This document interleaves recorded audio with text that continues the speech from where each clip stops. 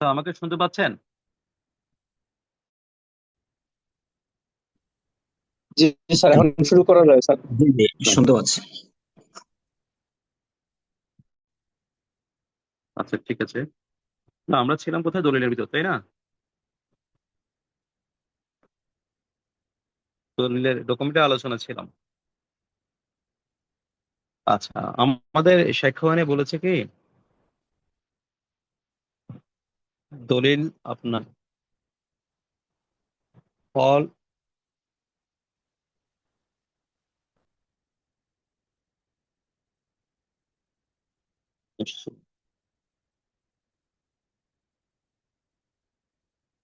আচ্ছা, এখন আমরা চলে যাব এভিডেন্স।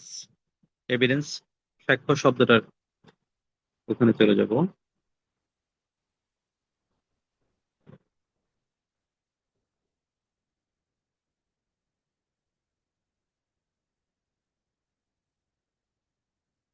জি, শুনতে পাচ্ছেন সবাই? জি স্যার। আচ্ছা, আপনারা কি আমাকে দেখতে পাচ্ছেন নাকি?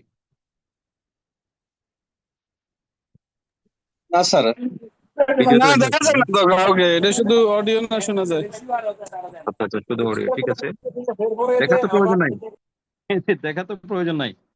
আচ্ছা, এনিওয়ে, তো এভিডেন্স, এখন আমরা চলে যাচ্ছি এভিডেন্স নিয়ে। এখানে সাক্ষ্যবান বলেছে evidence means and includes all statements which the court permits or requests to be made before it by witnesses in relation to matters of fact under inquiry. অর্থাৎ বিচার্য বিষয়ের অনুসন্ধানের সাথে সম্পর্কিত যে সকল বিবৃতি দেওয়ার জন্য আদালত অনুমতি দেন বা সাক্ষীর যে সকল বিবৃতি আদালতের প্রয়োজন হয়, এই ধরনের বিবৃতিকে মৌখিক সাক্ষ্য বলে। তাহলে সাক্ষ্যবানের দৃষ্টিতে প্রথম যে সাক্ষ্যটা আমরা পেয়ে গেলাম, এটা হচ্ছে মৌখিক সাক্ষ্য, ওরাল এভিডেন্স। কোনটা ওরাল এভিডেন্স? বিচার্য বিষয়ের অনুসন্ধানের সাথে সম্পর্কিত যে সকল বিবৃতি দেওয়ার জন্য আদালত অনুমতি দেন বা সাক্ষীর যে সকল বিবৃতি আদালতের প্রয়োজন হয়, এই ধরনের বিবৃতিকে মৌখিক সাক্ষ্য বলে। তাহলে আদালতে প্রয়োজনীয় বিবৃতিতে হচ্ছে যে মৌখিক সাক্ষ্য, মৌখিক সাক্ষ্য। তো আদালত কখন অনুমতি দিবে? আদালত বিচার্য বিষয়ে বা প্রাসঙ্গিক বিষয়ে কেবল কথা বলার জন্য অনুমতি দিবে।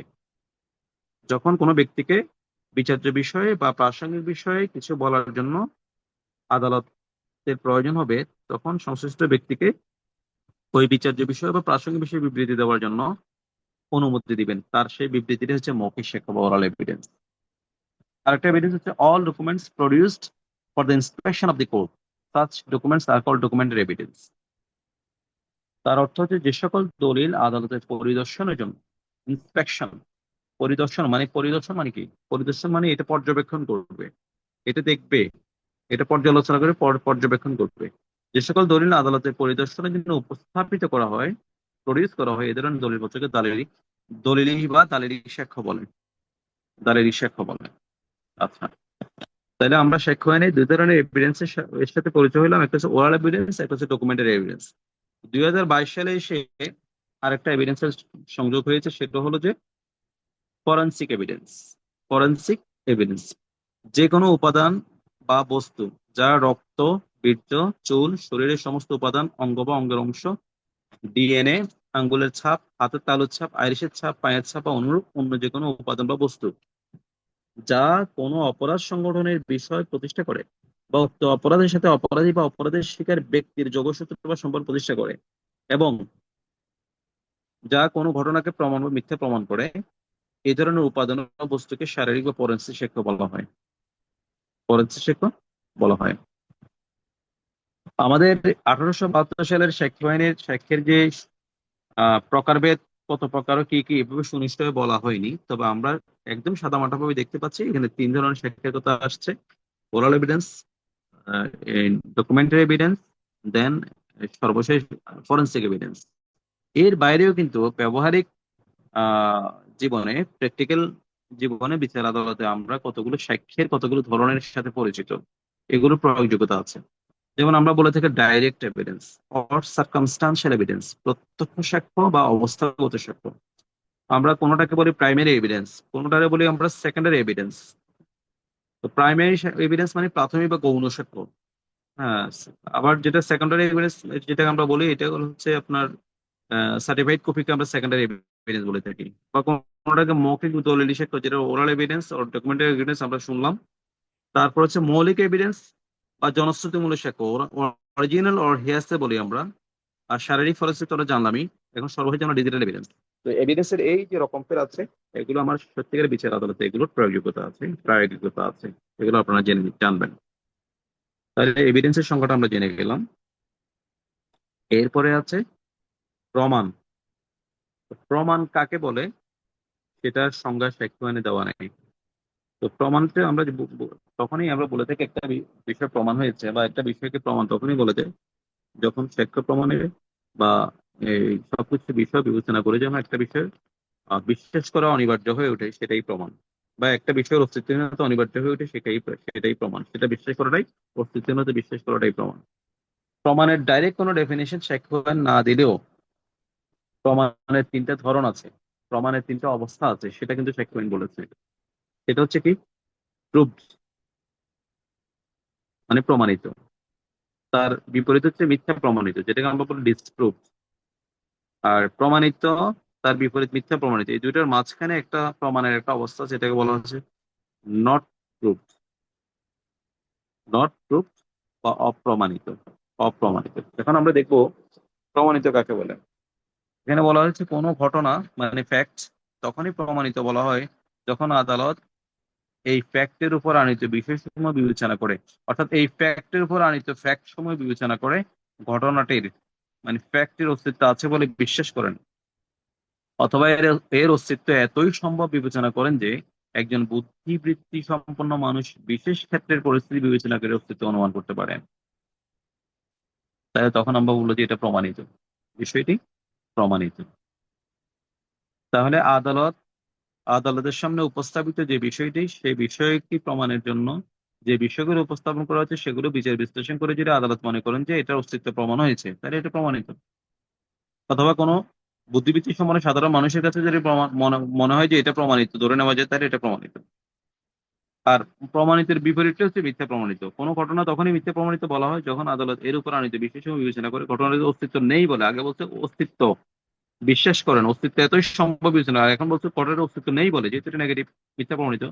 নেই বলে বিশ্বাস করেন অথবা এর অস্তিত্ব এতই সম্ভব বিবেচনা করেন যে একজন বুদ্ধিবৃত্তিক সমান মানে বিশেষ ক্ষেত্রে পরিস্থিতি বিবেচনা করে এর অস্তিত্ব নেই বলে অনুমান করতে পারেন, তখন এটা মিথ্যা প্রমাণিত। তখন এটা মিথ্যা প্রমাণিত। তাহলে প্রমাণিতটাও একটা বিশ্বাস, মিথ্যা প্রমাণিত একটা বিশ্বাস। প্রমাণিতটা হচ্ছে ইতিবাচক বিশ্বাস, আর মিথ্যা প্রমাণিত হচ্ছে নেতিবাচক বিশ্বাস। অর্থাৎ এ বি কে খুন করেছে, এটা প্রমাণ হয়ে গেছে সাক্ষ্যের প্রমাণের ভিত্তিতে, এটা বিশ্বাস করার মতো প্রমাণ হয়ে গেছে, তো এটা প্রমাণিত। তাহলে এটা বিশ্বাসটা কি? খুন হয়েছে, পজিটিভ বিশ্বাস, খুন হয়েছে, এই বিশ্বাসটাই প্রমাণিত। এই যে খুন হয় নাই, এই নেগেটিভ বিশ্বাসটা হচ্ছে দেখি মিথ্যা প্রমাণিত। তাহলে নট প্রুফ কোনটা বা অপ্রমাণিত কোনটা? নট টু বি প্রুফড বা নট প্রুফ কোনটা? কোনো ঘটনা তখনই অপ্রমাণিত বলা হয় যখন তা প্রমাণিত বা মিথ্যা প্রমাণিত কোনোটাই হয় না। তাহলে অপ্রমাণিত হলো যে বিচার্য বিষয়টি প্রমাণের জন্য কোনো পক্ষ চেষ্টাও করেনি, আবার এটাকে মিথ্যা প্রমাণ করার জন্য কোনো পক্ষ চেষ্টা করে নেই, এটা অ্যাজ ইট ইজ বিচার্য বিষয়ে রয়ে গেছে। এটাই হচ্ছে নট প্রুফ, মানে অপ্রমাণিত।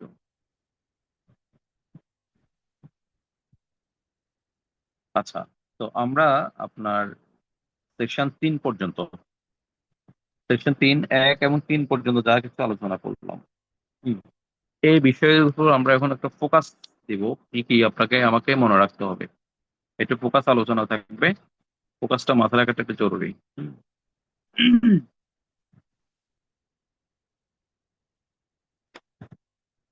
দ্য এভিডেন্স অ্যাক্ট অ্যামেন্ডমেন্ট 2022 দ্বারা ডিজিটাল রেকর্ডকে দলিলে অন্তর্ভুক্ত করা হয়েছে। দ্য এভিডেন্স অ্যাক্ট অ্যামেন্ডমেন্ট 2022 দ্বারা ডিজিটাল রেকর্ডকে দলিলে অন্তর্ভুক্ত করা হয়েছে। আচ্ছা, মনে রাখবেন, কম্পিউটারে প্রস্তুতকৃত যে কোনো লেখা, সিসিটিভি ফুটেজ বা মোবাইলে ধারণকৃত ছবি বা ভিডিও বা ওয়েবসাইটে প্রকাশিত গ্যাজেট ইত্যাদি ডিজিটাল রেকর্ড মনে গণ্য হবে এবং এগুলো সাক্ষ্য আইন অনুসারে দলিলের অন্তর্ভুক্ত হবে। এটা আমাদের মনে রাখতে হবে। আচ্ছা, দ্য এভিডেন্স অ্যাক্ট অ্যামেন্ডমেন্ট 2022 এর সংশোধন অনুসারে ডিজিটাল রেকর্ড বা ইলেকট্রনিক রেকর্ড বলতে নিম্নলিখিত বিষয়গুলো যুক্ত হবে। আমি আবার বলছি, দ্য এভিডেন্স অ্যাক্ট অ্যামেন্ডমেন্ট 2022 এর সংশোধন অনুসারে ডিজিটাল রেকর্ড বা ইলেকট্রনিক রেকর্ড বলতে নিম্নলিখিত বিষয়গুলো যুক্ত হবে: ম্যাগনেটিক বা electromagnetic, optical, computer memory, microfilm, audio, video, digital বহুমুখী ডিস্ক বা ডিজিটাল ভিডিও ডিস্ক, যেটাকে আমরা ডিভিডি বলি, কম্পিউটার উদ্ভূত মাইক্রোচিপ ইত্যাদিতে প্রস্তুতকৃত, প্রেরিত, গৃহীত বা ধারণকৃত কোনো রেকর্ড, ডাটা বা তথ্য, এগুলি সবই ডিজিটাল রেকর্ড বা ইলেকট্রনিক রেকর্ডের অন্তর্ভুক্ত।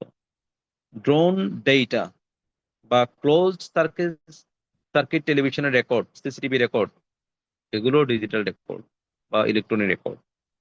সেলফোন মানে মোবাইল, স্মার্টফোন, হার্ডওয়্যার, সফটওয়্যার বা ডিজিটাল নিরাপত্তা আইন 2018-তে সংজ্ঞায়িত অন্য কোনো ডিজিটাল ডিভাইসের কোনো রেকর্ডসও কিন্তু আমার ডিজিটাল রেকর্ড বা ইলেকট্রনিক রেকর্ড হিসেবে গণ্য হবে।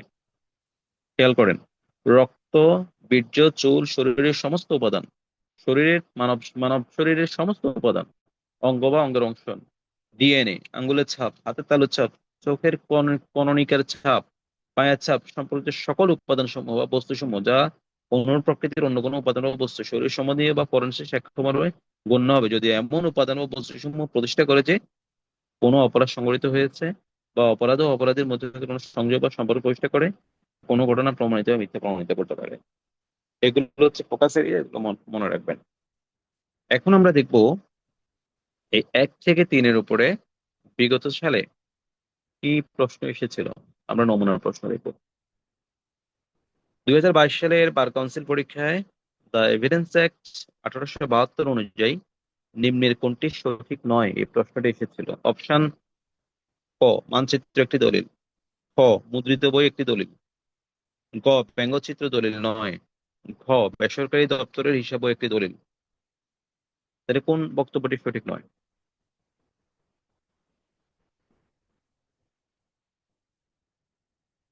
কে বলতে পারবেন? ব্যঙ্গচিত্র। ব্যঙ্গচিত্র কি? পুরোটা বলতে হবে। দলিল নয়। ইয়েস, ব্যঙ্গচিত্র দলিল নয়, এই বক্তব্যটা সঠিক নয়। তার মানে ব্যঙ্গচিত্র দলিল, তার মানে কি ব্যঙ্গচিত্র দলিল? কারণ দুইটা প্রশ্নের দুইটা অংশ যদি নেগেটিভ হয় তাহলে জিনিসটা পজিটিভ, মাইনাস মাইনাস প্লাস। প্রশ্ন করছে যে দি এভিডেন্স এর 1872 অনুযায়ী নিম্নের কোনটি সঠিক নয়, আর এখানে বলছে ব্যঙ্গচিত্র দলিল নয়, দুইটাই নয় নয়। তার মানে ব্যঙ্গচিত্র একটা কি? দলিল। ক্যারিকেচার একটা কি? দলিল। আচ্ছা, 2023 সালে বার কাউন্সিল পরীক্ষা এসেছিল দ্য এভিডেন্স অ্যাক্ট 1872 অনুসারে কোনটি ইলেকট্রনিক রেকর্ড নয়? সিসিটিভি ফুটেজ, খ, ডিএনএ ডাটা, গ, সফট ডাটা, ঘ, ড্রোন ডাটা।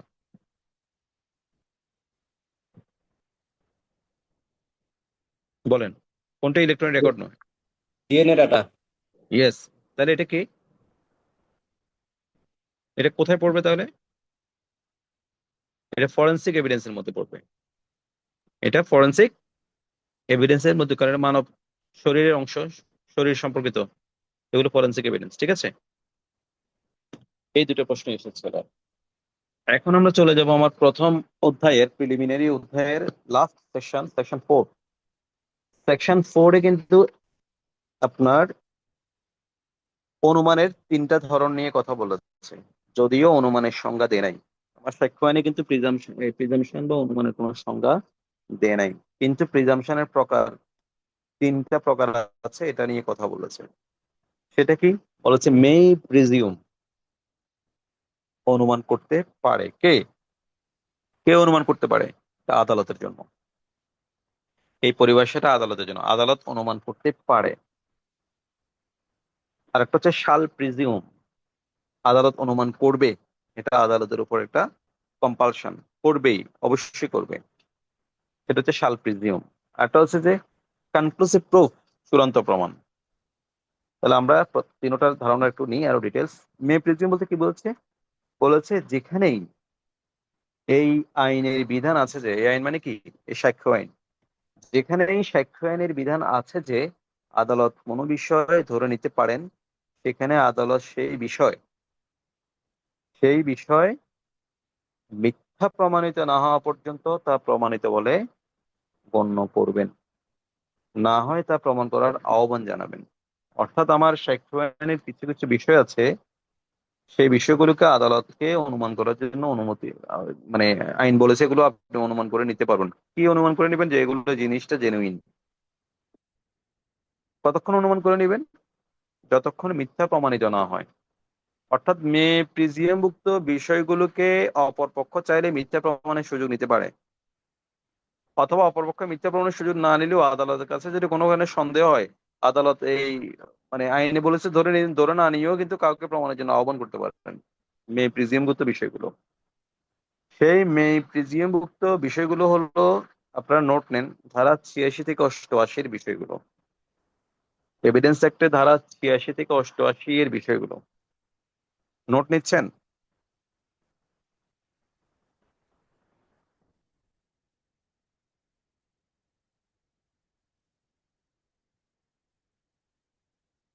আপনারা নোট নিচ্ছেন?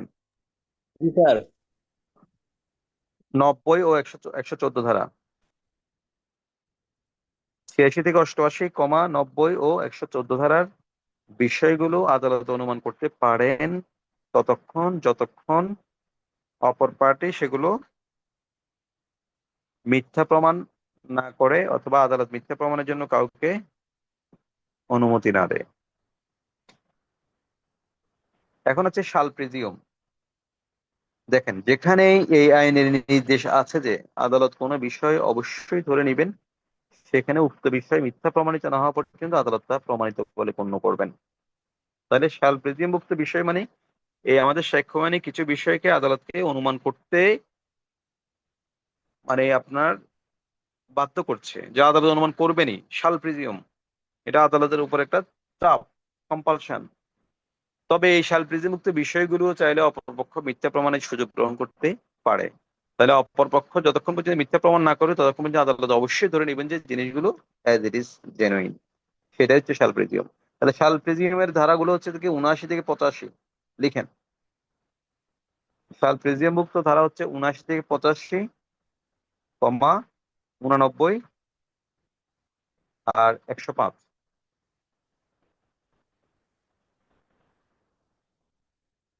এখন হলো চূড়ান্ত প্রমাণ, অনুমানের তৃতীয় ধারণা, থার্ড আইডিয়া, সেটা হলো কনক্লুসিভ প্রুফ। বলেছে একটি বিষয়কে একটি ফ্যাক্টকে অন্য একটি ফ্যাক্টের চূড়ান্ত প্রমাণ হিসেবে ঘোষণা করা যা অবশ্যই প্রমাণিত বা অপ্রমাণিত করার জন্য কোনো প্রকার সাক্ষ্য দেওয়া যাবে না। ঠিক আছে?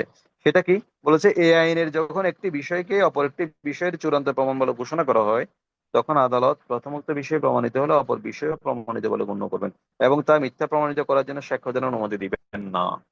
যখন দুইটা ফ্যাক্টের ভিতরে একটা ফ্যাক্ট প্রমাণিত হলে অপর ফ্যাক্টটা অবশ্যই প্রমাণিত বলে আদালত গণ্য করবেন, কনক্লুসিভ প্রুফ, চূড়ান্ত প্রমাণ হিসেবে ধরে নেবেন। এই চূড়ান্ত প্রমাণের বিষয়টাকে খণ্ডানোর জন্য আর কোনো পক্ষকে অনুমতি দিবেন না। তাহলে চূড়ান্ত প্রমাণভুক্ত বিষয়গুলো কি? দুইটা দুইটা ধারাতে আছে, ধারা 41 ও ধারা 112। ধারা 41 ও ধারা 112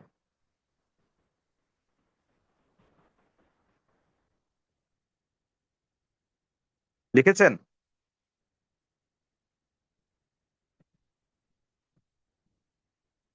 কথা বলতে হবে। আপনারা লিখেছেন কেউ? জি স্যার। জি জি, একটু রিপ্লাই দিবেন। আচ্ছা, তো যাই হোক, তাহলে অনুমানটা কি? অনুমানটা হলো বিনা প্রমাণে সাময়িকভাবে ধরে নেওয়া বা মেনে নেওয়া। মেনে নেওয়ার নামই হচ্ছে অনুমান। বিনা প্রমাণে বিনা প্রমাণে সাময়িকভাবে ধরে নেওয়া বা মেনে নেওয়ার নামই হচ্ছে অনুমান। আচ্ছা, এই চার ধারার এই অনুমানের এই তিনটা ধারণার সাথে পরিচিত হওয়ার মধ্যে দিয়ে আমাদের প্রথম অধ্যায় শেষ। আমাদের সাক্ষ্য আইনের প্রিলিমিনারি আলোচনা শেষ।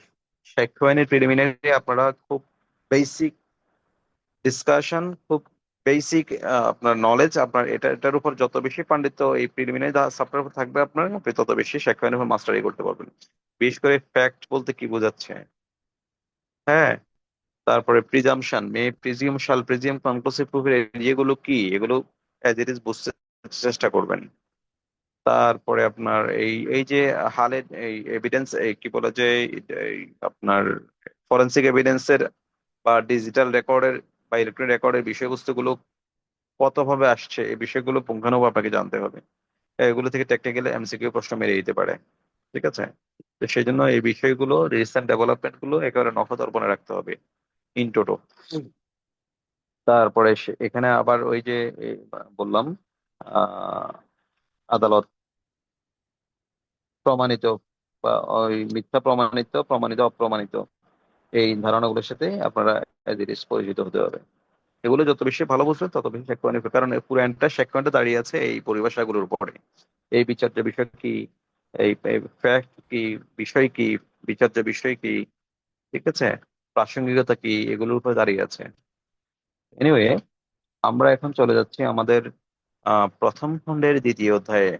প্রথম খণ্ডের দ্বিতীয় অধ্যায়ে। আচ্ছা, এখানে একটা কথা তার আগেই বলাটা আরো সঙ্গত, আমি প্রথমেই বলতে পারতাম, এটা বলাটা স্কিপ হয়ে গেছে। আমার সাক্ষ্য আইনের প্রথম খণ্ড মূলত আলোচনা করেছে আহ কি বিষয়ে, এই প্রাথমিক বিষয়গুলো তো কিছু সংজ্ঞা দিয়েছে, রেভিনিউ যে সেটা আছে এরপরে মানে একটা বিষয় বিচার্য বিষয়টা কি আর প্রাসঙ্গিক বিষয়গুলো কি, বিচার্য বিষয় কি আর প্রাসঙ্গিক বিষয়গুলো কি, এগুলো নিয়েই মূলত প্রাথমিক প্রথম খণ্ডটা আলোচনা কেন্দ্রীভূত করেছে। তো প্রথম খণ্ডতে আছে দুটা অধ্যায়, আমি আগে বলেছি। তার মধ্যে প্রথম অধ্যায় দ্বিতীয় অধ্যায়। প্রথম অধ্যায়তে এক থেকে 4 ধারা পর্যন্ত বিস্তৃত ছিল, আমরা দেখেছি, যেটা আলোচনা মাত্র শেষ করলাম। এখন আমরা দ্বিতীয় অধ্যায়তে প্রবেশ করছি। সেই দ্বিতীয় অধ্যায়, এন্টায়ার দ্বিতীয় অধ্যায় পুরোটাই পুরোটাই হলো আপনার প্রাসঙ্গিকতার বিষয় নিয়ে আলোচনা করেছে, রেলিভেন্সি অফ ফ্যাক্টস, অর্থাৎ বিষয়ের প্রাসঙ্গিকতা নিয়ে আলোচনা করেছে। এখানে ধারা আছে 5 থেকে 55, 5 থেকে 55টা ধারা আছে। তার মানে আহ আহ, এক কয়টা 51টা ধারা এখানে, ধারাতে আমার প্রাসঙ্গিকতার বিষয়গুলো আলোচনা করা হয়েছে। অনেক বড় ধরনের চ্যাপ্টার, এবং এই চ্যাপ্টারটা যত ভালো বুঝবেন তত ভালো পরবর্তী বিষয়গুলো সহজে বুঝে যাবেন। বেসিকলি সাক্ষ্য আইনের মূলত এই প্রথম খণ্ডের এই 1 থেকে 55 ধারা পর্যন্ত বিষয়গুলো যদি আপনি ভালো বুঝেন তাহলে পরেগুলো একদম পানি ভাতের মতো মনে হবে। সেই জন্য এগুলোর উপর বেশি বেশি জোর দিবেন, বেশি বেশি জোর দিবেন। আমরা এখন চলে যাচ্ছি সেকশন 5-এ। সেকশন 5-এ, তো সেকশন 5-এর দ্বিতীয় অধ্যায়ের শুরুতে হেডিংটা কি দেখেন, of relevancy of facts. Of the relevancy of facts, বিষয়ের প্রাসঙ্গিকতা নিয়েই মূলত আমার দ্বিতীয় অধ্যায়টা আলোচনা হয়েছে। এখানে 5 ধারাতে প্রথমে বলেছে কি, evidence may be given of facts in issue and relevant facts. সাক্ষ্য দেয়া যাবে কেবল ফ্যাক্টস ইন ইস্যু, বিচার্য বিষয়ের উপরে, এবং বিচার্য বিষয়ের সাথে সম্পর্কিত প্রাসঙ্গিক বিষয়ের উপর, রেলিভেন্ট ফ্যাক্টস এর উপর দেওয়া যাবে, ফ্যাক্টস ইন ইস্যুর উপর দেওয়া যাবে আর রেলিভেন্ট ফ্যাক্টস এর উপর দেওয়া যাবে। এর বাইরে আর কোনো বিষয়ে আদালতে আপনি বাদী হন আর বিবাদী হন, যেই হন, সাক্ষী দিতে পারবেন না। এই কথাটাই বলেছে 5 ধারায়। তা আপনি বিচার্য বিষয়ের উপরে অথবা বিচার্য বিষয়ের সাথে সম্পর্কিত প্রাসঙ্গিক বিষয়ের উপরে তখনই সাক্ষ্য দিবেন। কি সাক্ষ্য দিবেন? হয় আপনি মৌখিক সাক্ষ্য দিবেন, নয় দালিলিক সাক্ষ্য দিবেন, না হলে আপনি ফরেন্সিক এভিডেন্স উপস্থাপন করবেন। তাহলে যে ডিজিটাল রেকর্ড বা এভিডেন্স সেটা তো দলিল ডকুমেন্টের মধ্যে পড়েই গেছে। তাহলে আপনি 3 ধরনের এভিডেন্সের কোনো একটা দ্বারা বা 3টা দ্বারা বা যে কোনো 2টা দ্বারা আপনি বিচার্য বিষয় সম্পর্কে অথবা বিচার্য বিষয় সম্পর্কে প্রাসঙ্গিক বিষয়ের উপর সাক্ষ্য দিতে পারবেন। এর বাইরে আপনি কোনো বিষয়ে সাক্ষ্য দিতে পারবেন না। এই কথা বলেছে 5 ধারায়। তাহলে 5 ধারার হুবহু টেক্সটটা কি, evidence may be given in any shoot or proceeding of the existence or non-existence of every fact and issue, and of such other facts as are hereinafter declared to be relevant, and of no others. And of no others মানে এই 2 বিষয় ছাড়া আর কোনো বিষয় সাক্ষ্য দেওয়া যাবে না। কোন 2 বিষয়? বিচার্য বিষয় আর হচ্ছে প্রাসঙ্গিক বিষয়। এটা মাথায় রাখতে হবে। বিচার্য বিষয় আর প্রাসঙ্গিক, এই 2 বিষয় ছাড়া কোনোভাবেই আর কোনো বিষয় সাক্ষ্য দেওয়া যাবে না।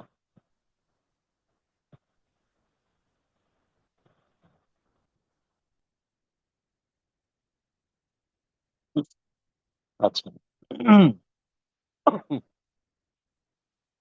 তাহলে আমার 5 ধারাটা হচ্ছে মূলত হচ্ছে দেখি আপনার গাইডিং সেকশন। হ্যাঁ, এখানে বেসিক সেকশন, এখানে জেনারেল প্রিন্সিপালটা বলে দিয়েছে। পক্ষরা আদালতে সাক্ষী দিতে পারে বিচার্য বিষয় আর হচ্ছে প্রাসঙ্গিক বিষয়, এই কথাটা 5 ধারা বলে দিয়েছে।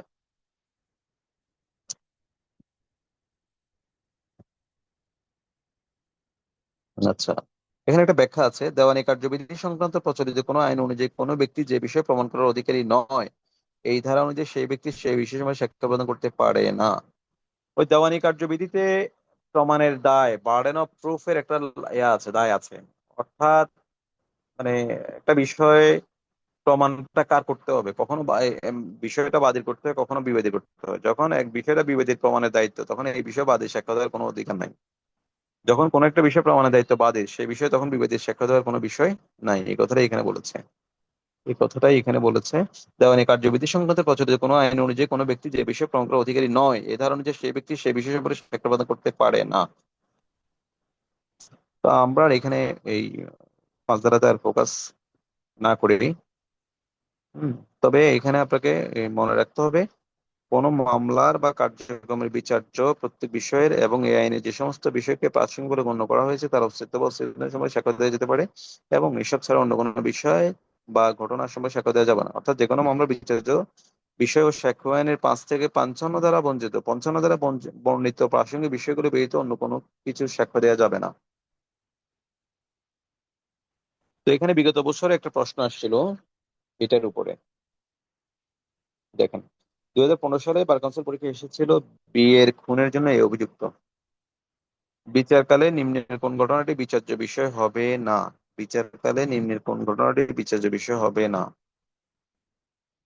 এ বিয়ের মৃত্যু ঘটিয়েছিল। ক খ এ বিয়ের মৃত্যু ঘটনার অভিপ্রায় করেছিল। গ এ বিয়ের নিকট থেকে আকস্মিক প্ররোচনা পেয়েছিল। ঘ এ এর বড় ভাই স্ত্রীকে তালাক দিয়েছিল। তাইলে খুনের মামলার বিচার করতে গিয়ে কোন বিষয়টা এখানে প্রাসঙ্গিক হবে না? স্যার তালাক দিয়েছিল, এটা প্রাসঙ্গিক হবে না। দেখে কেন হবে না? কারণ আমার ওই যে 6 থেকে 55 ধারায় বর্ণিত প্রাসঙ্গিকতার যে নিয়মগুলো আছে, এই নিয়মগুলো কোনোটাতে এটা পড়ে না, কোনোটাতেই এটা পড়ে না। পড়ে। যদি কোনো একটাতে পড়ে যেত তাহলে এটা প্রাসঙ্গিক হয়ে যেত। ঠিক আছে, এখন আমরা আমাদের জন্য পরবর্তী গুরুত্বপূর্ণ ধারা হলো 6, সেকশন 6। আমরা এমসিকিউর জন্য পড়ছি। তো তো এমসিকিউর জন্য পড়তে গিয়ে আমরা এমসিকিউর জন্য ইম্পর্টেন্ট সেকশন গুলোই পড়বো, সবগুলো সেকশনকে আমরা টাচ করবো না। ঠিক আছে, আমরা 6 পড়বো, 6-এর পরে 8-এ চলে যাব। তো এখন আমরা 6টা আগে পড়ি। 6 বলেছে relevancy of facts forming part of same transaction. Same transaction মানে একই ঘটনা। যে সকল ঘটনা একই কার্যের অংশ, সেগুলির প্রাসঙ্গিকতা, সেগুলির প্রাসঙ্গিকতা।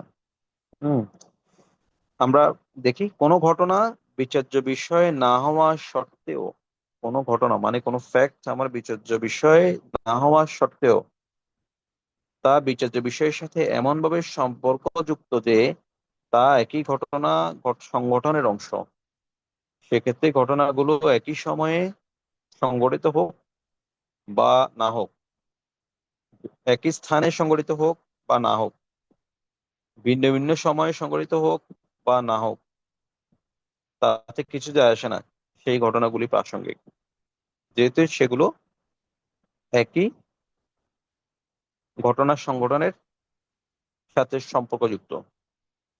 ঠিক আছে, এই কথাটাই বলেছে, এটা সেকশন 6-এ বলেছে। এখানে এটা যে নীতিটা উল্লেখ করা আছে, এই নীতিটার নাম হচ্ছে রেস জাস্টাই।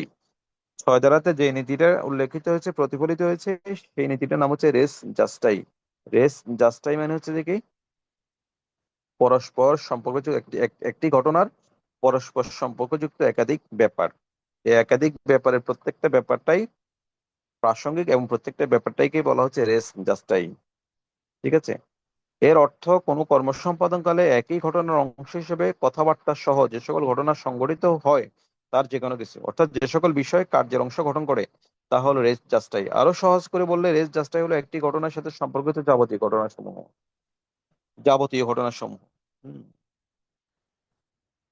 জনশ্রুত সাক্ষ্য গ্রহণযোগ্য না হলেও সাক্ষ্য আইনের 6 ধারা অনুসারে ব্যতিক্রম হিসেবে বিচারের সময় জনশ্রুতিমূলক সাক্ষ্য গ্রহণ করা হতে পারে। এই কথাটা 6 দ্বারা অ্যালাউ করেছে। সেকশন 6 দ্বারা কেন, কোন কোন কোন নীতির কারণে? রেস জাস্টাই নীতির কারণে। জনশ্রুত সাক্ষ্য বলতে কি? হেয়ার্স এভিডেন্স, আমরা মানুষ শুনে শুনে যেটা বলে বেড়ায়, ঠিক আছে? কিন্তু শুনে শুনে বলে বেড়ানো কোনো ব্যক্তির সাক্ষ্য 6 ধারা অনুযায়ী প্রাসঙ্গিক হইতে পারে যদি সেটা ওই সুনির্দিষ্ট খুনের ঘটনাটির অথবা সুনির্দিষ্ট ডাকাতি ঘটনাটির অথবা সুনির্দিষ্ট চুরির ঘটনাটির সাথে সম্পর্কিত, একই কার্য সংগঠনের সাথে সম্পর্কিত হয়, তাহলে জনশ্রুত কোনো ব্যক্তির সাক্ষ্যটা এখানে 6 ধারা অনুযায়ী প্রাসঙ্গিক হবে, কারণ এটা রেস জাস্টাই। আচ্ছা, এখানে আপনার একটা উদাহরণ দিব। বি কে আঘাত করে খুন করার অপরাধে এ অভিযুক্ত হয়েছে। আঘাতের সময় বা আঘাতের সামান্য পূর্বে অথবা আঘাতের অব্যবহিত পরে এ, বি অথবা ঘটনাস্থলে দণ্ডায়মান ব্যক্তিরা যে যাই করে থাকুক না কেন, সেগুলি যদি আঘাতের ঘটনার সাথে একই ব্যাপারের অংশরূপে বিবেচনা করা যায়, তবে সবগুলো ঘটনা প্রাসঙ্গিক হিসেবে আদালতের সামনে সাক্ষী হিসেবে চলে আসবে। এটাই হচ্ছে 6 ধারার মূল কথা। 6 ধারার মূল কথা। আচ্ছা, ধারা 6 এর মধ্যে যে বিধান দেওয়া হয়েছে, পরবর্তী ধারা 7 থেকে 9, 7, 8, 9 এর মধ্যে তা ব্যাখ্যা করা হয়েছে। এই জন্য আপনারা পড়ার সময় এটা একটা গুচ্ছ আকারে পড়বেন, 6 থেকে 9। নোট নেন, কথাগুলো কিন্তু নোট নেওয়ার মতো কথা। 6 থেকে 9 ধারার আলোচনাগুলো একটা গুচ্ছ আলোচনা। 6 ধারার মূলনীতির কথা বলেছে রেস জাস্টাই, আর 7 থেকে 9 ধারা, 7, 8, 9 ধারা তা ব্যাখ্যা করা হয়েছে, মানে এক একটা ডাইমেনশন নিয়ে ব্যাখ্যা করা হয়েছে। তো যাই হোক, আমরা 6 ধারাটা বলছিলাম। 6 ধারার উপর আপনার এই বিগত সালে একটা প্রশ্ন আসছিল 2025 সালে বার কাউন্সিল পরীক্ষায়। সুন্দর প্রশ্ন। প্রশ্নটা হলো, একই কার্যের অংশ হিসেবে থাকা ঘটনাসমূহের প্রাসঙ্গিকতা সংক্রান্ত বিধান। আবার বলছি, একই কার্যের অংশ হিসেবে থাকা ঘটনাসমূহের প্রাসঙ্গিকতা সংক্রান্ত বিধান দ্য এভিডেন্স অ্যাক্ট 1872 এর কোন ধারায় বর্ণিত হয়েছে? আমরা এখন জানলাম ধারা 6। অপশন ছিল 8, 6, 7, 5। উত্তর হচ্ছে 6। আচ্ছা, 7কে আমরা ফোকাস না করবো, আমরা চলে যাবো এখন 8-এ। সেকশন 8 খেয়াল করেন। মোটিভ মানে উদ্দেশ্য, প্রিপারেশন মানে প্রস্তুতি, and previous or subsequent conduct পূর্ববর্তী বা পরবর্তী আচরণ। উদ্দেশ্য, প্রস্তুতি এবং পূর্ববর্তী বা পরবর্তী আচরণ, অথবা হুবহু ইংরেজি টার্মটা উল্লেখ করে দিতে পারে। Motive, preparation and previous or subsequent conduct কখন প্রাসঙ্গিক, এটা নিয়ে আলোচনা করেছে 8 ধারাতে। বলেছে যে সমস্ত বিষয় দ্বারা বিচার্য বিষয় বা প্রাসঙ্গিক বিষয় সংগঠনের উদ্দেশ্য। কেন বিচার্য বিষয় বা প্রাসঙ্গিক বিষয়? কারণ আমরা তো আগেই জানি বিচার্য বিষয় বা প্রাসঙ্গিক বিষয় ছাড়া কোনো বিষয় সাক্ষ্য দেওয়া যায় না 5 ধারার বক্তব্য অনুযায়ী। এই জন্য কথাটা আসছে যে সমস্ত বিষয়, বিষয় মানে ফ্যাক্ট, আমি আগে বলেছি ঘটনাবলী বিষয়গুলো সবসময় ফ্যাক্ট মাত্রা রাখবেন। যে সমস্ত ফ্যাক্ট দ্বারা বিচার্য বিষয় বা প্রাসঙ্গিক বিষয়ে সংগঠনের উদ্দেশ্য বা বিচার্য বিষয় বা প্রাসঙ্গিক বিষয়ের প্রস্তুতির উদ্ভব বা দৃশ্যমান, সেগুলি প্রাসঙ্গিক। কোনো মোকদ্দমা কার্যধারায় কোনো পক্ষ বা তার প্রতিনিধির আচরণ যদি বিচার্য বিষয় প্রাসঙ্গিক বিষয় প্রভাবিত করে, তাহলে সে আচরণ সংশ্লিষ্ট ঘটনা পূর্বে হোক বা পরে হোক তা প্রাসঙ্গিক। তাহলে আপনি দেখবেন এটা 6 ধারারই বর্ধিত একটা অংশ, রেস জাস্টাইয়ের একটা অংশ, ঠিক আছে? এখানে জাস্ট সেই অংশগুলোর মধ্যে যেটা সেটা যদি উদ্দেশ্য হয়, প্রিপারেশন হয়, প্রিভিয়াস সাবসিকুয়েন্ট কন্ডাক্ট হয়, এটা আলাদাভাবে চিহ্নিত করে 8 দ্বারা বর্ণনা করেছে। এই হলো বিষয়। আচ্ছা, এখানে ব্যাখ্যা আছে, 8 ধারা 2টা ব্যাখ্যা আছে। এই ধারায় আচরণ শব্দ বিবরণের অন্তর্ভুক্ত নয়। বিবরণ মানে কথা, ভাষ্য, বক্তব্য। আর আচরণ মানে কর্ম, আমরা জানি। তো এটা স্বাভাবিক। আচরণ শব্দ বিবরণের অন্তর্ভুক্ত নয় যদি না উক্ত বিবৃতির সাথে, মানে বিবরণের সাথে আহ বিবরণ ছাড়া আরো কোনো কাজ থাকে, অথবা এটা আর কোনো কাজের ব্যাখ্যা করে, তবে অত্র আইনের অন্য কোনো ধারার অন্তর্গত বিবরণের প্রাসঙ্গিকতা এই ধারা এই ব্যাখ্যা দ্বারা প্রভাবিত হবে না।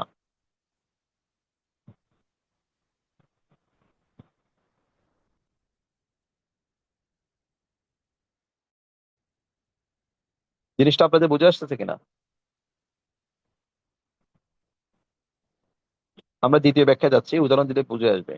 দ্বিতীয় ব্যাখ্যা যাচ্ছে, যখন কোনো ব্যক্তির আচরণ প্রাসঙ্গিক, তখন তার প্রতি বা তার উপস্থিতিতে বা তাকে শুনিয়ে প্রদত্ত কোনো বিবৃতি যা ওই আচরণকে প্রভাবিত করেছে তাও প্রাসঙ্গিক। প্রথম ব্যাখ্যা বলেছে মানুষের আচরণ তো আচরণ, সেখানে বিবৃতি দিয়ে বিবরণ বিবৃতি এটা প্রাসঙ্গিক না। আচরণকে আচরণ আর বিবৃতি এক কথা না। কিন্তু বিবৃতিও আচরণ অন্তর্ভুক্ত, কোনো কোনো কোনো বিবৃতি বা ভাষ্য বিবরণ ও আচরণ, কথাও আচরণ অন্তর্ভুক্ত হতে পারে যদি সেই বিবৃতি কথা বা বিবরণ দ্বারা কারো আচরণ প্রভাবিত হয়, তখন সেই কথাটাও কিন্তু আচরণ অন্তর্ভুক্ত হবে। এটা প্রথম ব্যাখ্যা বলেছে। আচ্ছা, আবার বলেছে যখন কোনো ব্যক্তির আচরণ প্রাসঙ্গিক, তখন তার প্রতিভা, তার উপস্থিতি বা তাকে শুনিয়ে প্রদত্ত কোনো বিবৃতি, কোনো ব্যক্তির আচরণটাই বিচার্য বিষয়ে প্রাসঙ্গিক হয়ে যায়, তখন তার সে আচরণকে প্রভাবিত করতে পারে এমন যে কোনো বিবৃতি বা আচরণও প্রাসঙ্গিক। সে কথাটা এখানে বলেছে। একটা উদাহরণ দিব আমরা। স্ত্রীকে খুনের দায়ে এর বিচার হচ্ছে। এ স্ত্রীকে খুন করেছিল, বি জানতো যে এ স্ত্রীকে খুন করেছিল এবং তার এই জানবার কথা প্রকাশ করে দেওয়ার ভয় দেখিয়ে বি এ নিকট হতে টাকা আদায়ের চেষ্টা করেছিল। এগুলি প্রাসঙ্গিক, এগুলি প্রাসঙ্গিক। সি মারা গেছে, খুন করছে এ। এ যে সি কে খুন করেছে এটা বি দেখেছে, বি জেনে গেছে।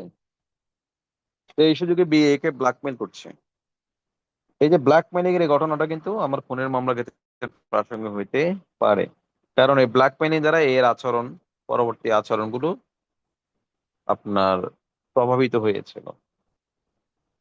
এটা আট ধারার বিষয় আর কি। আট ধারার উদাহরণের মধ্যে এটা আসছে, আট ধারাকে বোঝার জন্য এখানে অনেকগুলো উদাহরণ আসছে। তো আমার আট ধারাতে আপনার এই ফোকাস এরিয়া মনে রাখার বিষয় হলো যে কোনো ঘটনা সংঘটনের উদ্দেশ্য, মোটিভ, প্রস্তুতি, প্রিপারেশন এবং পূর্ববর্তী পরবর্তী আচরণ, প্রিভিয়াস ও সাবসিকুয়েন্ট কন্ডাক্ট প্রাসঙ্গিক বলে বিবেচিত হবে, কারণ ঘটনা পূর্ববর্তী ও পরবর্তী অভিযুক্তের আচরণ ঘটনা প্রমাণে যথেষ্ট ভূমিকা রাখে। সাক্ষ্য আইনের আট ধারায় তিনটি বিষয়কে প্রাসঙ্গিক বলা হয়েছে, খেয়াল করতে হবে। সাক্ষ্য আইনের আট ধারায় তিনটি বিষয়কে প্রাসঙ্গিক বলা হয়েছে। একটা হচ্ছে দিকে মোটিভ, যেটা উদ্দেশ্য বা অভিপ্রায়। আরেকটা হচ্ছে প্রেপারেশন, প্রস্তুতি।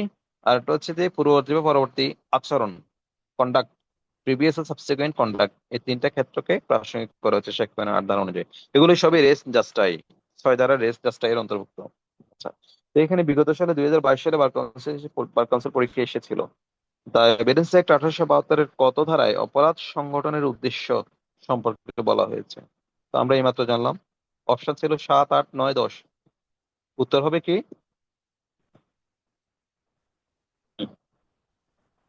সবাই চুপ থাকলে হবে? উত্তর হবে কি? আট স্যার। আচ্ছা, মিনিট। আপনারা কি এই ক্লাসের সংযুক্ত থেকে আরো কাজ করছেন নাকি? না স্যার, ওই যে স্যার, ওই যে মিউট আনমিউট করতে যদি একটু সময় লেগে থাকে। ও আচ্ছা, বুঝতে পেরেছি। আচ্ছা, এনিওয়ে ঠিক আছে, মনোযোগী থাকবেন। হ্যাঁ হ্যাঁ। তো আমাদের পরবর্তী গুরুত্বপূর্ণ সেকশন হলো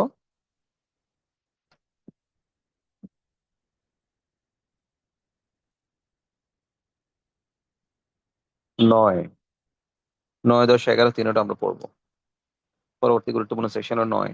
সেকশন 9টাও কিন্তু রেস জাস্টাইয়ের বর্ধিত অংশ। বললাম না ওই যে ছয় ছয়ের রেস জাস্টাই নীতিটাই মূলত 7 থেকে 9 দ্বারা মানে বিভিন্ন আঙ্গিকে প্রসারিত হয়েছে আর কি। আচ্ছা, 9 দ্বারা বলেছে প্রাসঙ্গিক ঘটনার ব্যাখ্যা বা উপস্থাপনের জন্য প্রয়োজনীয় ঘটনা, facts necessary to explain or introduce relevant facts. অর্থাৎ যে ঘটনাটা বিচার্য বিষয়ের সাথে প্রাসঙ্গিক, আবার সেই প্রাসঙ্গিক ঘটনাটাকে আপনার ব্যাখ্যা করার জন্য বা উপস্থাপনের জন্য যদি আরো কোনো ফ্যাক্ট দরকার হয়, সেটাও প্রাসঙ্গিক,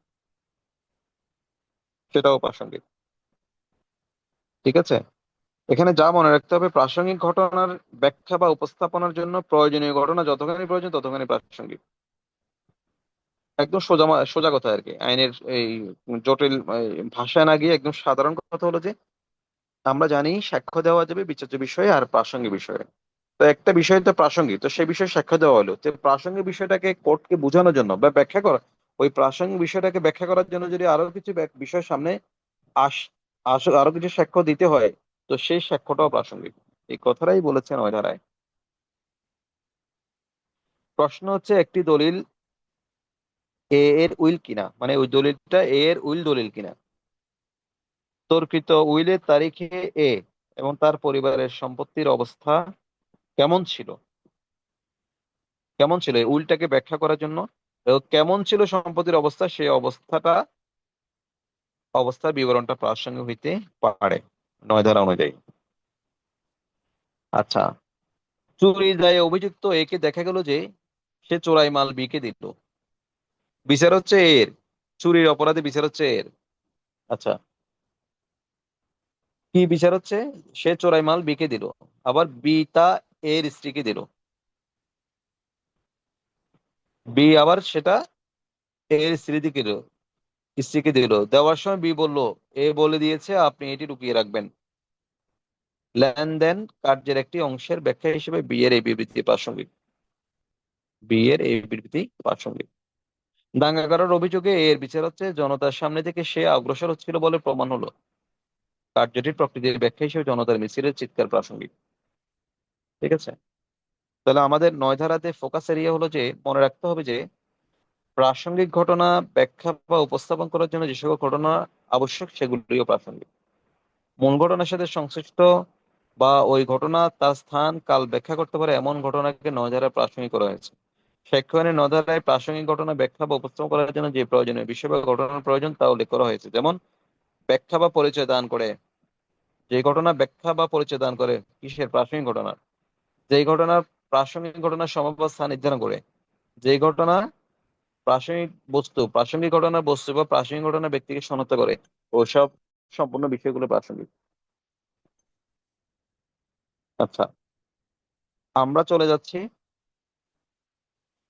এখানে আপনার সাক্ষ্য নজারা টিআই প্যারেড বলে একটা কথা আছে, আমরা জানি, মানে test identification parade.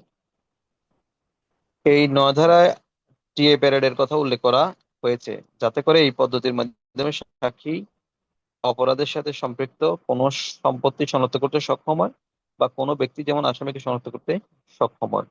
TI parade মানে আপনার মনে করেন একটা আসামি, এই একটা ঘরে ডাকাতি হয়েছে, সবাই মুখোশ পরে আসছে। ঠিক আছে, তো মুখোশগুলো শেষ পর্যন্ত মুখোশ পরাই ছিল, কেউ আর মুখোশ ফেলে দিয়ে আসামিগুলো চিহ্নিত করতে পারে নাই, তাহলে একটা কনফিউশন অ্যারাইজ করে। পরবর্তীতে মামলা হয়, ডাকাতির মামলা, অজ্ঞাতনামা আসামিদের নিয়ে বা নামধাম সন্দেহ করে দিয়েছে। পরবর্তী পুলিশ আপনার তদন্তের সময় আসামি গ্রেপ্তার করে এখন এই আসামিগুলো আসলে সে আসামি কিনা, হুম, তো তাদেরকে আপনার উপস্থাপন করে। তো আসামি একজন, সাথে 9 জন ব্যক্তিকে উপস্থাপন করে। তো যিনি ওই ঘরের বাসিন্দা যাদের করে ডাকাতি হয়েছে তাদের একজনকে বা একাধিক লোককে আইসা বলে যে এখানে 10 জন ব্যক্তির মধ্যে একজন আসামি আছে, সেটাকে আপনি একটু চিহ্নিত করেন। তো এখন ওই সেদিন সে মুখোশ পরা অবস্থা থাকলেও, চেহারা না দেখলেও হয়তো ও আসামির দেহ দেখেছে, আসামির বডির কাঠামো দেখেছে, আসামির হয়তো চুল দেখেছে, ওইগুলো দেখে সে একটু হয়তো শনাক্ত করতে পারে। এই শনাক্ত করার বিষয়টা কিন্তু 9 ধারার আওতার মধ্যে পড়ে, কারণ এটা আপনার আসামি শনাক্তকরণের কাজে এটা তথ্য হিসেবে ব্যবহৃত হচ্ছে। তার মানে দেখাটা যতটুকু দেখছে এটা তথ্য হিসেবে ব্যবহৃত হচ্ছে, এটা 9 ধারার মধ্যে পড়ে আর কি। এখন হচ্ছে আমাদের 10 ধারা। 10 ধারা বলেছে অভিন্ন অভিপ্রায় প্রসঙ্গে ষড়যন্ত্রকারীর কথা বা কাজ, things said or done by conspirator in reference to common design। এখানে মূল কথাটা হলো যে, যেটা মনে রাখতে হবে, যদি 2 বা ততোধিক ব্যক্তি মিলে কোনো অপরাধ সংগঠন করে এবং সেই অভিন্ন অভিপ্রায়ের লক্ষ্যে করা কোনো একজনের কথা হোক, সেটা কথা বা সে কোনো একজনের কাজ বা বিবৃতি প্রাসঙ্গিক, অর্থাৎ অভিন্ন অভিপ্রায় প্রসঙ্গে ষড়যন্ত্রকারীর কথা বা কাজ ষড়যন্ত্রের অস্তিত্ব প্রমাণ করার জন্য প্রাসঙ্গিক হবে। যেহেতু একাধিক লোকে মিলে একটি কাজ করার জন্য ষড়যন্ত্র করেছিল, তখন ওই একাধিক লোকের যে কোনো একজনের বা প্রত্যেকের কথা বা কাজ কিন্তু সাক্ষ্য হিসেবে প্রাসঙ্গিক। সাক্ষ্য আইনের 10 ধারায় ক্রিমিনাল কনস্পিরেসি, অপরাধমূলক ষড়যন্ত্র এবং কমন ইন্টেনশন সম্পর্কে বলা হয়েছে। তো প্রশ্ন চলে আসতে পারে, মানে সাক্ষ্য আইনের কোন ধারায় কমন ইন্টেনশন বা ক্রিমিনাল কনস্পিরেসির বিধান সম্পর্কে বলা হয়েছে? এটা আমরা জেনে নিচ্ছি 10। ঠিক আছে, এইটা আপনাকে মনে রাখতে হবে। বাংলাদেশের বিরুদ্ধে যুদ্ধ ঘোষণা করার একটি ষড়যন্ত্রে যোগদান করেছে, এরূপ বিশ্বাস করার যুক্তিসঙ্গত কারণ বিদ্যমান রয়েছে। ষড়যন্ত্র অনুসারে বি ইউরোপ হতে অস্ত্রশস্ত্র সংগ্রহ করেছে, অনুরূপ উদ্দেশ্যে সি চট্টগ্রাম হতে অর্থ সংগ্রহ করেছে। ষড়যন্ত্রে যোগদানের জন্য ডি খুলনায় লোকজনকে উৎসাহিত করেছে। ষড়যন্ত্রের উদ্দেশ্য সমর্থন করে ও আপনার লেখা প্রকাশ করেছে। সি কর্তৃক চট্টগ্রাম থেকে সংগৃহীত অর্থ এবং ষড়যন্ত্রের বিবরণ সম্বলিত এফ এর লেখা চিঠির বিষয়বস্তু ঢাকা হতে জি কাবুলে এই চিঠিকে প্রেরণ করেছে। ষড়যন্ত্রের অস্তিত্ব এবং তাতে এর জড়িত থাকা এই উভয় বিষয় প্রমাণ করার জন্য উপরোক্ত বিষয়গুলি সবগুলি প্রাসঙ্গিক। বিষয়গুলি সম্পর্কে এ যদিও সম্পূর্ণ অজ্ঞ থাকতে পারে যারা উক্ত কাজগুলো করেছে, তারা যদিও এর নিকট অপরিচিত এবং ঘটনাগুলো যদিও তারা ষড়যন্ত্রে যোগদানের পূর্বে পূর্বে বা তার ষড়যন্ত্র ত্যাগ করার পরে ঘটে থাকে, তাহলে এগুলি প্রাসঙ্গিক। অর্থাৎ একটি ঘটনা একাধিক ব্যক্তিতে করছে, কিন্তু কেউ কারোর সাথে পরিচয় নাও থাকতে পারে, কেউ কারোর সাথে দেখা নাও থাকতে পারে, প্রত্যেকে বিভিন্ন জায়গা থেকে কাজটি করার জন্য সংঘবদ্ধ হতে পারে, সেটা ম্যাটার না। কে কাকে চিহ্ন না চিনলে সেটা ম্যাটার না। যদি সেটা ষড়যন্ত্রের একটা কমন ডিজাইন বাস্তবায়ন করতে গিয়ে একাধিক ব্যক্তি ষড়যন্ত্র করে থাকে, তাহলে প্রত্যেক ব্যক্তির আচরণগুলো প্রাসঙ্গিক, প্রত্যেক ব্যক্তির কথা কাজগুলো প্রাসঙ্গিক, এটাই বলা হচ্ছে 10 ধারায়। আচ্ছা, এখানে প্রশ্ন এসেছে 2017 সালে বার কাউন্সিল পরীক্ষায়, সাক্ষ্য আইনের কত ধারায় অভিন্ন অভিপ্রায়ের কথা বলা হয়েছে, কমন ইন্টেনশন বা ডিজাইনের কথা বলা হয়েছে? অপশন ছিল 12, 11, 10, 9। তো আমরা জানি উত্তর হবে ক, 10। আমাদের পরবর্তী গুরুত্বপূর্ণ সেকশন হলো সেকশন 11। সেকশন 11 এটা খুব গুরুত্বপূর্ণ সেকশন। বলা হয়েছে যে সকল ঘটনা অন্য কোনোভাবে প্রাসঙ্গিক নয়, সেগুলো যখন প্রাসঙ্গিক হয়, মানে মামলার বিচার্য বিষয়ে কোনোভাবেই এই ঘটনাটিকে প্রাসঙ্গিক হিসেবে ফেলা যাচ্ছে না, সাক্ষ্য আইনের প্রাসঙ্গিকতা নিয়মের মধ্যে কোনো নিয়মের মধ্যে প্রাসঙ্গিকভাবে ফেলা যাচ্ছে না, এমন ঘটনাও মাঝে মাঝে প্রাসঙ্গিক হইতে পারে। সেটা কিভাবে, সেটা কিভাবে এটা আলোচনা করছে 11 ধারায়। বলেছে যে সকল বিষয় অন্য কোনোভাবে প্রাসঙ্গিক নয় সেগুলি প্রাসঙ্গিক হবে যদি সেগুলো কোনো বিচার্য বা প্রাসঙ্গিক বিষয়ের সাথে অসঙ্গতিপূর্ণ হয়। তাহলে সঙ্গতিপূর্ণ হলে তো প্রাসঙ্গিক আমরা জানি, এখন যদি অসঙ্গতিপূর্ণ হয় তাহলে অপ্রাসঙ্গিক হয়ে যাবে। 2, যদি সেগুলি স্বয়ং, স্বয়ং মানে নিজে নিজে, অথবা অন্য কোনো বিষয়ের সাথে সংযুক্ত হয়ে কোনো বিচার্য বিষয় বা প্রাসঙ্গিক বিষয় অস্তিত্ব বা অস্তিত্ব থেকে অধিকভাবে সম্ভব বা অসম্ভব করে তোলে, তাহলে সেই অপ্রাসঙ্গিক বিষয়গুলিও প্রাসঙ্গিক হবে বা অসঙ্গতিপূর্ণ বিষয়গুলিও প্রাসঙ্গিক হবে। একটা উদাহরণ দিচ্ছি। প্রশ্ন হচ্ছে, কোন নির্দিষ্ট স্থানে এ কলকাতা একটি অপরাধ করেছে কিনা, ওই তারিখে ঢাকা ছিল, তা প্রাসঙ্গিক ঘটনা। যে সময় ঘটনাটি সংঘটিত হয় তার কাছাকাছি সময়ে ঘটনাস্থল হতে এরূপ দূরবর্তী স্থানে অবস্থান করেছিল যে তার পক্ষে উক্ত অপরাধ করা একেবারে অকল্পনীয় না হলে অসম্ভব নয়, এটি প্রাসঙ্গিক ঘটনা। অর্থাৎ আপনি মামলা করছেন রহিমের বিরুদ্ধে চুরির অপরাধে, এখন রহিম এসে বলে যে ইওর অনার, সে তো আত্মপক্ষ সমর্থনের সুযোগ পাবে, আত্মপক্ষ সমর্থনে সে বলে ইওর অনার, আমি বাদীর বাড়িতে চুরি করছি বলে বাদী বলতেছে, কিন্তু আমি তো চাকরি করি, দেখেন আমি চাকরিজীবী, চুরি হয়েছে সোমবারে, সোমবারে দেখেন 10টা বাজে চুরি হয়েছে, রাত 10টা বাজে চুরি হয়েছে, বললো দেখেন আমি একজন ইয়ে হিসেবে, নাইট গার্ড হিসেবে চাকরি করি অমুক প্রতিষ্ঠানে, সেদিন আমি অমুক প্রতিষ্ঠানে ওই জেলাতে চাকরি করেছি, দেখেন সেখানে আমার হাজিরা খাতা আছে। তাহলে ওই যে সে চাকরি করে, সে যে আপনার ওখানে নাইট গার্ড হিসেবে ওই দিন ডিউটি করেছে, এটা কিন্তু প্রাসঙ্গিক ছিল না, কিন্তু সে ওই দিন ও আপনার বাড়িতে চুরি করতে পারে না, এটা প্রমাণের জন্য কিন্তু এটা প্রাসঙ্গিক হিসেবে বলতে পারে। এই কথাটাই বলা হয়েছে 11 ধারায়, এটাকে 11 ধারায় সুযোগ দেওয়া হয়েছে। তো আমার 11 ধারাতে যেটা মনে রাখতে হবে, বিচার্য বিষয় বা প্রাসঙ্গিক বিষয়ের সাথে অসঙ্গতিপূর্ণ কিন্তু আলোচ্য ঘটনার অস্তিত্ব বা অস্তিত্ব থেকে সম্ভব বা অসম্ভব করে তোলে এমন ঘটনা প্রাসঙ্গিক বলে গণ্য হবে। সাক্ষ্য আইনের 11 ধারায় উদাহরণের মাধ্যমে অপরাধের সময় অন্য কোথাও বা অন্যত্র থাকার অজুহাতকে প্রাসঙ্গিক বলা হয়েছে।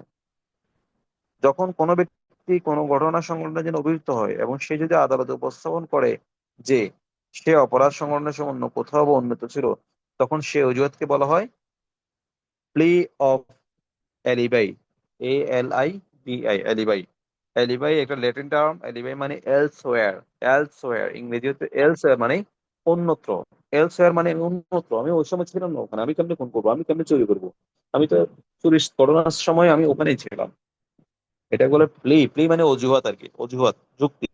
প্লি অফ অ্যালিবাই মানে উন্নত থাকার যুক্তি বা উন্নত থাকার অজুহাত। এই প্লি অফ অ্যালিবাই কোন নীতি, এই নীতিটা কোথায় বর্ণিত হয়েছে 11 ধারায়। প্লি অফ অ্যালিবাই প্রমাণের ভার কিন্তু সবসময় প্রিয় ফেলিবাই যিনি দাবি করেন, অর্থাৎ অভিযুক্তের উপরে বর্তায়। আসামি অপরাধ সংঘটনের সময় উন্নত ছিল, এটি তাকে প্রমাণ করতে হবে। তাহলে আমাদের এই গুরুত্বপূর্ণ ধারা আমরা 11 শেষ করলাম। তো এখানে আমাদের আরো যে সেকশন গুলো আছে এগুলো এমসিকিউর জন্য ইম্পর্টেন্ট না। তো বিগত বছরের প্রশ্ন কি এসেছে আমরা দেখব। বার কাউন্সিল পরীক্ষায় 2025 সালে প্রশ্ন এসেছিল, দ্য এভিডেন্স অ্যাক্ট 1872 এর 14 ধারাটি নিচের কোন মানসিক অবস্থার সাথে সম্পৃক্ত নয়। এখন 14 ধারা হচ্ছে থেকে আমরা পড়ি নাই, কিন্তু সরাসরি 14 ধারা নিয়ে প্রশ্ন করেছে। মন 14 ধারার বিষয়টা কি? মন বা শরীর বা শারীরিক অনুভূতির অবস্থার অস্তিত্ব প্রদর্শনের ঘটনাবলী। অর্থাৎ এখানে মনে রাখতে হবে, শারীরিক বা মানসিক অবস্থা বা অনুভূতি যদি বিচার্য প্রাসঙ্গিক বিষয় হয়, তাহলে যে সমস্ত বিষয় দ্বারা এরূপ শারীরিক বা মানসিক অবস্থা বা অনুভূতি প্রকাশিত হয় তা প্রাসঙ্গিক। অর্থাৎ ব্যক্তির শারীরিক অবস্থা, ব্যক্তির মানসিক অবস্থা, হ্যাঁ, এগুলো নিয়েই যদি বিচার চলে, মানে এগুলোর উপরে যদি বিচার্য বিষয় হয়, তাহলে ব্যক্তির শারীরিক অবস্থা বা মানসিক অনুভূতিটা প্রকাশ করার জন্য। এখন এই জন্য প্রশ্ন করলো, দ্য এভিডেন্স অ্যাক্ট 1872 এর 14 ধারাটি নিচের কোন মানসিক অবস্থার সাথে সম্পৃক্ত নয়?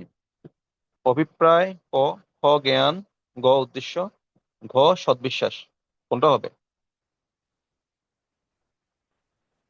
উদ্দেশ্য। উদ্দেশ্য, রাইট। যিনি বলতে পেরেছেন আপনি অ্যাডভান্স স্টেজে আছেন মনে হচ্ছে, যদি আগে থেকে জ্ঞান থেকে বলে থাকেন। আচ্ছা, এই প্রশ্নটা এসেছিল। তো আমরা এই পরবর্তী আলোচনাগুলো আমাদের শুরু হবে 17 থেকে 23, একটা গুচ্ছ আলোচনা। সেটা আমরা জানি অ্যাডমিশন, স্বীকৃতি বা স্বীকারোক্তি সম্পর্কিত বিষয় নিয়ে আলোচনা। তো সেটা যাওয়ার আগে আমরা এই পর্যন্ত যে যাই কিছু করলাম তার উপর একটা মিনি টেস্টের আলোকে আপনাদেরকে কয়েকটা প্রশ্ন, 20টা প্রশ্নের উপর প্রশ্ন করবো এখন। এমসিকিউ 20টা না, 30টা প্রশ্নের উপর আমরা জিজ্ঞাসাবাদ করবো। আপনারা প্রস্তুত আছেন? জি স্যার। জি। সর্বপ্রথম কত সালে সাক্ষ্য আইনের খসড়া বিল তৈরি করা হয়? 1849, 1850, 1871, 1872? 1872। 1850। 1850, ইয়েস। কারণ 1850 সালে আরেক ভদ্রলোক ড্রাফট করেছিল, ওনার সেই ড্রাফটটা গ্রাহ্যতা পায়নি। পরবর্তীতে ব্রিটিশ সরকার আবার 1871 সালে দায়িত্ব দিয়েছিল স্যার জেমস স্টিফেন্স। উনি সেটা ওনার ড্রাফটটা গ্রহণ হয়েছিল। আচ্ছা, দ্য এভিডেন্স অ্যাক্ট 1872 কখন কার্যকর হয়? 1 জানুয়ারি 72, 1872, 15 জানুয়ারি 1872, 1 সেপ্টেম্বর 1872? সেপ্টেম্বর 1872। ঠিক। সাক্ষ্য আইন হচ্ছে একটি তত্ত্বগত আইন, মৌলিক আইন, মূল আইন, পদ্ধতিগত আইন। পদ্ধতিগত আইন। দ্য এভিডেন্স অ্যাক্ট 1872 সালের কত নং আইন? দ্য এভিডেন্স অ্যাক্ট 1872 এক ওই নম্বর সালের আইন। কত নম্বর আইন? 1 নম্বর আইন। 1 নম্বর। সাক্ষ্য আইনে মোট কতটি অধ্যায় আছে? 11টি। গুড। দলিল এর সংজ্ঞা দেওয়া হয়েছে সাক্ষ্য আইনের কোন ধারায়? 3 ধারায়। 3 ধারায়। যখন কোনো ঘটনা প্রমাণিত বা মিথ্যা প্রমাণিত নয় তখন তাকে কি বলে? অপ্রমাণিত। অপ্রমাণিত। গুড। সাক্ষ্যের সংজ্ঞা দেওয়া হয়েছে দ্য এভিডেন্স অ্যাক্টের কোন ধারায়? 3 ধারায়। জি। প্রুভ, ডিসপ্রুভড এন্ড নট প্রুভড এর সংজ্ঞা দেওয়া হচ্ছে এভিডেন্স অ্যাক্টের কত ধারায়? 3 ধারায়। তাও 3 ধারায়। Facts and issue and relevant ফ্যাক্টের সংজ্ঞা দেওয়া হয়েছে দ্য এভিডেন্স অ্যাক্টের কোন ধারায়? 3 ধারায়। দ্য এভিডেন্স অ্যাক্ট 1872 অনুসারে আদালত নয় কোনটি? সালিসকারী, জজ, ম্যাজিস্ট্রেট, সাক্ষ্য গ্রহণকারী ব্যক্তি। সালিসকারী। সালিসকারী। জি। আরবিটর। দ্য এভিডেন্স অ্যাক্ট 1872 অনুসারে আদালত বলতে বোঝাবে জজ, ম্যাজিস্ট্রেট, সাক্ষ্য গ্রহণকারী ব্যক্তি সবকটি। সবগুলো। সবগুলি। Very good. The evidence act 1872-এর কোন ক্ষেত্রে আদালত কোনো বিষয়কে মিথ্যা প্রমাণের জন্য সাক্ষ্য দিতে দিবেন না? Shall presume, may presume, conclusive proof, সব কয়টি? সব কয়টি স্যার? সব কয়টি? No, no, conclusive proof. The evidence act 1872-এর কোন ক্ষেত্রে আদালত কোনো বিষয়কে মিথ্যা প্রমাণের জন্য সাক্ষ্য দিতে দিবেন না? সেটা হলো conclusive proof. Conclusive proof. May presume, shall presume and conclusive প্রুফের সংজ্ঞা দেওয়া হচ্ছে কোন ধারায়? 4 ধারা। 4 ধারায়। গুড। অনুমান কত প্রকার? 3 প্রকার। 3 প্রকার। Evidence may be given of facts in issue and relevant fact, এটি কোন ধারার বিধান? 5 ধারা। 5 ধারার বিধান। দিনুকে মৃত্যু ঘটানোর উদ্দেশ্যে লাঠির আঘাতে হত্যার জন্য অনুর বিচার হচ্ছে। অনুর বিচারে কোন বিষয়টি বিচার্য বিষয় নয়? ক, দিনুকে লাঠিতে আঘাত করা, খ, অনু কর্তৃক লাঠির আঘাতে দিনুর মৃত্যু, গ, অনু উদ্দেশ্য ছিল দিনের মৃত্যু ঘটানো, গ, দিনু ও অনু পরস্পর সহোদর। স্যার ঘর নাম্বার 3 হ্যাঁ। অনুপরিষ্কার সাদর। তাই আপনারা তো অ্যাডভোকেট হয়ে গেছেন অলরেডি, বুঝে গেছেন। সাক্ষ্য দেওয়া যায় যে বিষয়ের উপর, বিচার্য বিষয়, প্রাসঙ্গিক বিষয়, ক, খ উভয়, খ কোনটি নয়। স্যার বিচার্য এবং হয়। তার মানে ক, খ উভয়। আচ্ছা, সংগঠিত ব্যাপার নীতি অর্থাৎ প্রিন্সিপাল অফ রেস জাস্টাই সম্পর্কে কত ধারায় বলা হয়েছে? 6 ধারায়। 6 ধারায়। ক, ডিজিটাল নিরাপত্তা আইনে সামাজিক যোগাযোগ মাধ্যমে বিদেশ সরানো অভিযুক্ত যে নির্দিষ্ট পোস্টের জন্য সে অভিযুক্ত, সেটি ছাড়াও তার পোস্টকৃত পূর্বের ও পরের অন্যান্য বিদ্বেষ লেখনীয় প্রাসঙ্গিক, কারণ সেগুলো ক এর বিদ্বেষের উপলক্ষ, খ বিচার্য বিষয়ের কারণ, গ বিচার্য বিষয়ের ফলাফল, ঘ একই কার্যের অংশ সৃষ্টিকারী ঘটনা। একই কাজের অংশ। একটি কার্যের অংশ। জি জি। আচ্ছা, এখন আমরা পরবর্তী প্রশ্নে যাচ্ছি। ক একটি মোটরবাইক কেনার উদ্দেশ্যে 20 লক্ষ টাকা তার ঘরে এনে রাখে। বিষয়টি সে প্রতিবেশী খকে জানায়। সেদিন রাতে কয়ের ঘরে চুরি সংঘটিত হয় এবং সেই 20 লক্ষ টাকা চোর নিয়ে যায়। উক্ত চুরি সংগঠনের সাথে কয়ের ঘরে টাকা রাখার বিষয়টি খকে জানানো দ্য এভিডেন্স অ্যাক্ট 1872-এর কত ধারায় প্রাসঙ্গিক?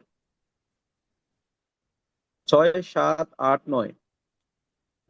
9 ধারা। 11 ধারা।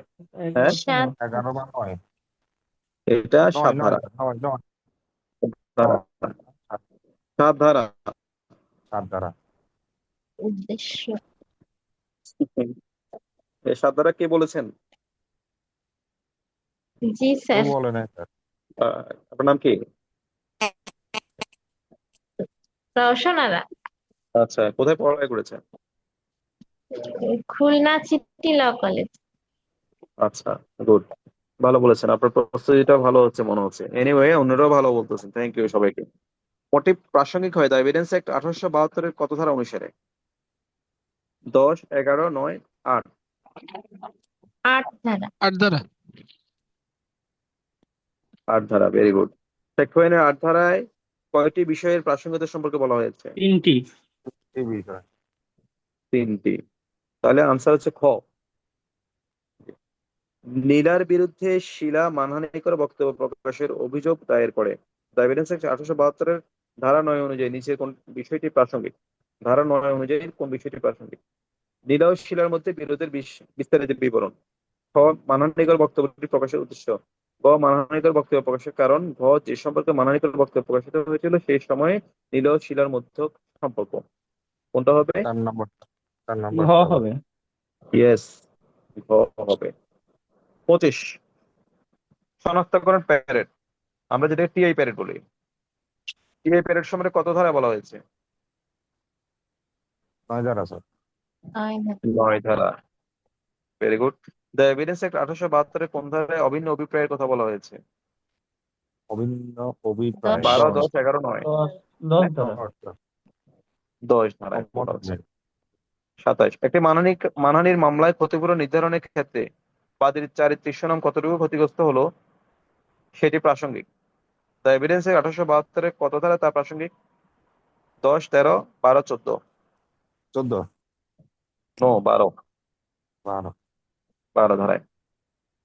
যখন অধিকার বা প্রথম সম্পর্কে প্রশ্ন উত্থাপিত হয় তখন সেসব ঘটনা প্রাসঙ্গিক। বিধানটি কোন ধারায় বর্ণিত? 13 ধারা, 12 ধারা, 14 ধারা, 9 ধারা।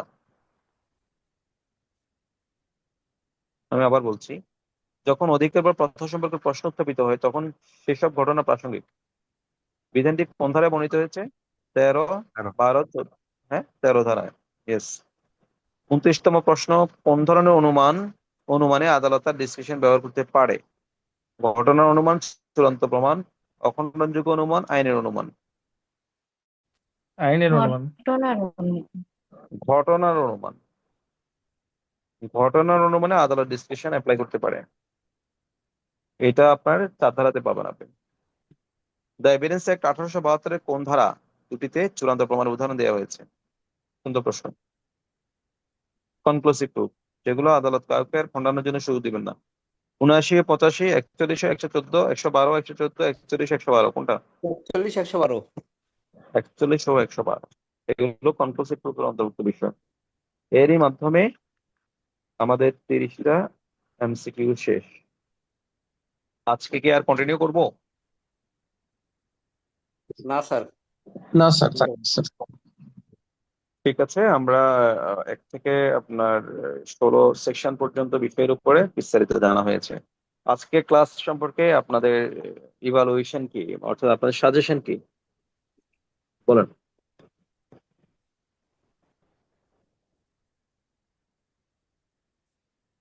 ক্লাসটা ইফেক্টিভ মনে হচ্ছে কিনা, ফ্রুটফুল মনে হচ্ছে কিনা?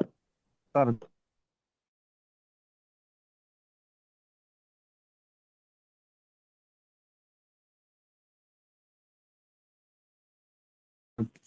স্যার, আলহামদুলিল্লাহ। ক্লিয়ার হয়ে গেছে। এখান থেকে আমার এই যে স্পিডে বা যে আঙ্গিকে আমি লেকচারটা ডেলিভারি দিয়েছি এভাবে চলবে না অন্যভাবে আর ইয়ে করার সুযোগ আছে? সাজেশন থাকলে আসতে পারে। স্যার জি, সম্ভবত 16 জুনে হয়তো বা এমসিকিউ পরীক্ষা হয়ে যাবে। তো সেক্ষেত্রে মনে হয় যে আরেকটু যদি সম্ভব হয়, একটু যদি আহ, জোরে আগানো যায় আর কি, যদি সম্ভব হয় আর কি, আর না হলে এইভাবে চলবে স্যার। না আমরা ইনশাল্লাহ 16 জন তো জি স্যার। আমাদের টার্গেট হচ্ছে 5-7টা যদি ক্লাস নিতে পারি আমরা ইনশাল্লাহ শেষ করে দিতে পারবো। ঠিক আছে, সবচেয়ে গুরুত্বপূর্ণ হচ্ছে আপনার এই প্রথম অধ্যায়টা, মানে এই প্রথম খণ্ডটা। বাকিগুলো অত জটিল না, ঠিক আছে? জি এই স্যার। প্রথম খণ্ডটা বেশি জটিল। এগুলোর উপর যদি আপনি মাস্টারিং করতে পারেন ইনশাল্লাহ পরবর্তীগুলো সহজ মনে হবে। আচ্ছা, এটা মাথায় রাখলাম। আর হলো, কোনো প্রশ্ন আছে?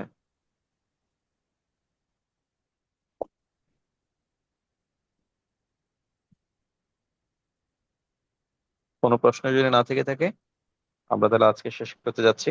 আপনারা যারা উপস্থিত ছিলেন সবাইকে আহ ধন্যবাদ জানিয়ে ইনশাআল্লাহ আগামী ক্লাসে আবার দেখা হবে। সেই পর্যন্ত মহান সৃষ্টিকর্তা আমাদের সবাইকে ভালো রাখুন, কল্যাণের সাথে রাখুন। সবাই সবার জন্য দোয়া করি। ফি আমানিল্লাহ। আসসালামু আলাইকুম রহমতুল্লাহ। আসসালামু আলাইকুম। আসসালামু আলাইকুম। আসসালাম।